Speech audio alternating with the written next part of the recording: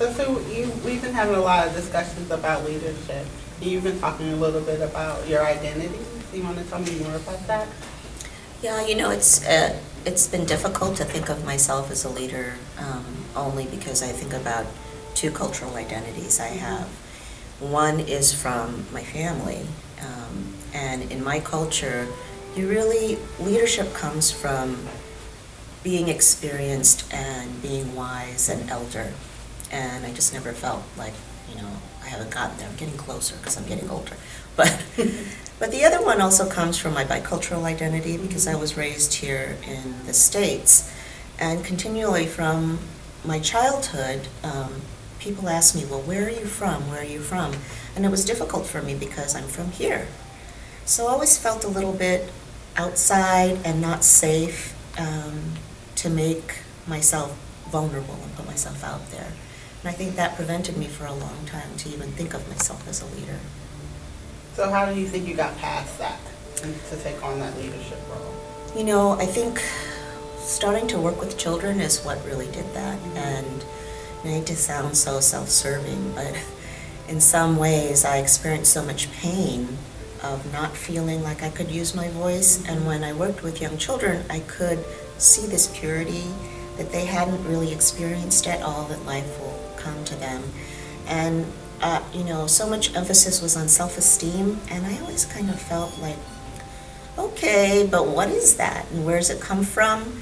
And my focus has always been about resilience, so that you can have a sense of who you are and be able to be resilient, to kind of bounce back, because you're going to get pushed down, that's life.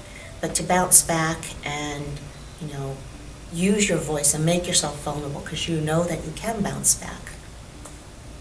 So that's kind of how I see it. But what about you? I'm curious about how you came to be a leader and think of yourself as that way. So for me, I think that I've always been a reluctant leader. Growing up, I was the oldest of 5, and I was very responsible for my younger siblings. So I was the leader of the kids in my family.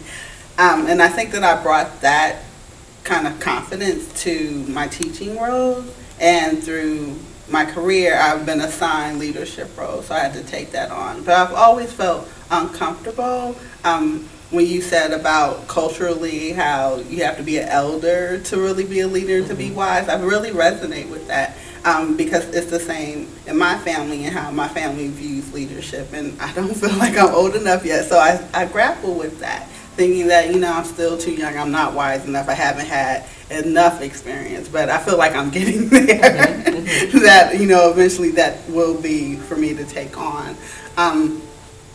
Well, how do you work through that discomfort, of... I think that talking with other people, and I think that I just have mentors, and I surround myself with people that push me to do that. So it becomes like not a choice, and I really feel like I want to be responsible to that, because I think other people see me as leaders. Right. So I want to take that on and not disappoint them and not disappoint myself in taking on those leadership roles. I really relate to you, because I think that, neither of us think that leadership is a role. It's more about advocating and doing what we feel is important and needed in the field. And it's an action. It's an act of leadership rather than being a leader. And that's where the discomfort comes from, is giving yourself an identity of a leader, rather than really thinking, this is an act of leadership and it's important for me to do it. Right. So kind of to look at it in a different way, that I do feel a passion about being active and taking a role in that, but it's something about that quote-unquote the leadership word that makes me feel uncomfortable. But I think that I'm coming to a place where I can be comfortable and really see it as being active, and being an advocate is being a leader. Yeah. I think these discussions are important. I think that's what helps us to move past that, and re-envision that sense. Thanks. Did your upbringing include information about who's a leader or how one achieves leadership status?